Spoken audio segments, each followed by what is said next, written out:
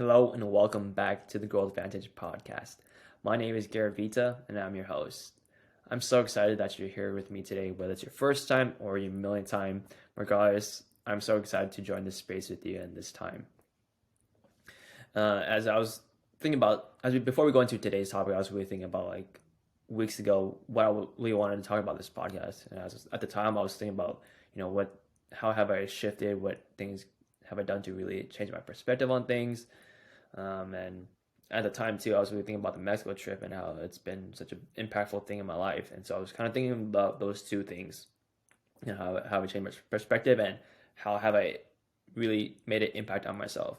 And really think about those at the same time, it helped me to really be aware about this question that I usually ask myself, and that is, where's the culture shock? The reason I want to talk about this question in this episode is because I really find this question so impactful for me, and I know it will for you, because we don't really think about finding a culture shock. Because we're so in the day-to-day things that we got to do this, got to do that, got to do this next, that we kind of forget that we kind of put these walls up in our mind in the direction that we're going, and we tend to forget, hey, there's a little direction, there's some stuff out here as well as here. And with this question, I've found that it opens that lane up wider so that it gives us a different perspective, and that perspective may be the thing that we need to really help us get to or finish the goal that we need, or maybe something we need to change in our own personal lives. One thing I really like about this question, it really reinforces your purpose and calling, and brings in personal development as well as personal development for others, and it helps to build that relationship with yourself as well as the world, the universe, or faith, if you want to call it that way. And we bring all those in together. I'm going to explain it more as we go into this episode.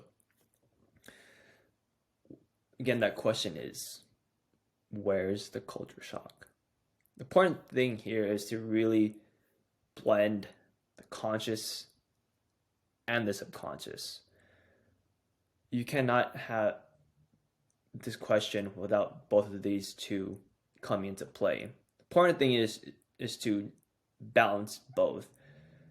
If you're overskewed on the conscious mind, it's going to outweigh it.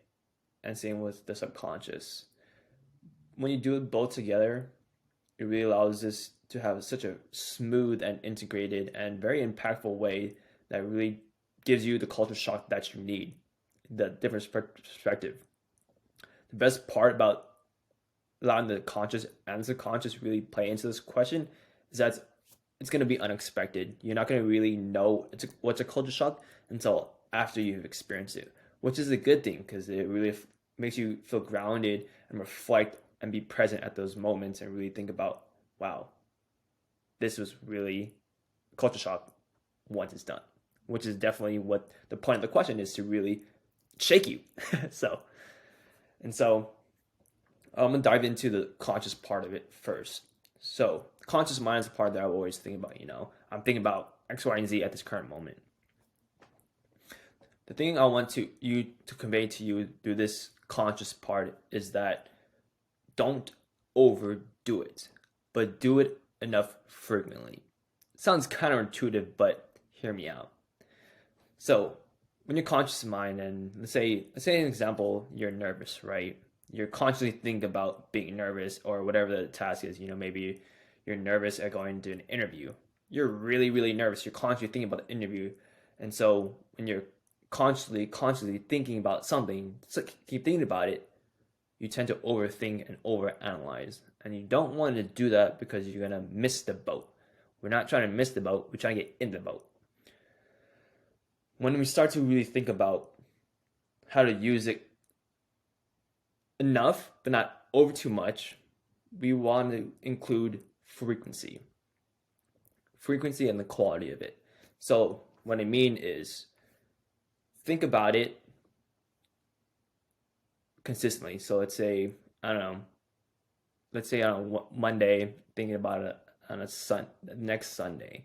You don't want to think about it every day, because that's really play into the subconscious part, which I'll go into next. But we want to think about just a little bit where it triggers to the subconscious. And the only way to do that is to consciously think about it consistently. You can pick whatever time frame that is for you. Mine's usually probably about like every few days, or maybe like once a week, or maybe once every 2 weeks, depending on the topic. So I'll kind of like let myself really just let my brain figure out when it wants to pick an idea about the topic. So let's say I want to talk about a topic on Monday. I'll think about then, and that's it. And then important part, the second part to that is that you think about it, thinking about it again, but don't think too hard on it. After some time has passed, thinking about it again. You don't want to do it too much frequently because you're going to overthink it. And so this next part really ties into subconscious. So let's say we choose the topic, right? To really ask ourselves, where's a culture shock? And always think about your goal too, whatever it is, whatever you're focusing on, whatever that is. Think about that goal and ask yourself, where's a culture shock? So let's just say you think about it on a Monday, right? It's the first day you're going to do it. Give your time some space. And during that time, allow your subconscious to start thinking about it. Consciously think about the topic, and then allow the subconscious to really move it forward by really relaxing into the subconscious, letting your mind drift into it. Allow your mind to be curious about it. Allow it to accept and all ideas and don't reject. That is so important for your subconscious because you want to grab as much information as possible to see what the possibilities are. And then over time, let's say a span of 3 days, your subconscious will think of something else. So it'll gradually fade away. And then you allow your conscious mind to think about again the goal. Ask yourself again, what's a culture shock? And then let it sit, relax yourself, and then allow it to really be curious and really figure out what perspectives that you need. Part of this is really listening and seeing things that are conducive to your growth as well. Because those instances are gonna play into subconscious of where's that culture shock question, and then really guide that subconscious in what direction it needs to take you. And just keep doing this until the opportunity comes. An opportunity because it's going to be based off of the yes, I'm going to do it, or no, I'm not going to do it. I can't tell you which one to do. That's going to be based off of your subconscious and what you're consciously thinking about at the time. But whatever your decision is, allow it to go through it. Allow your subconscious to really help you dictate and feel what is best for you at that moment. I know for some people they'll allow faith. If you are handling faith, this is a perfect time to allow that faith to play into this question.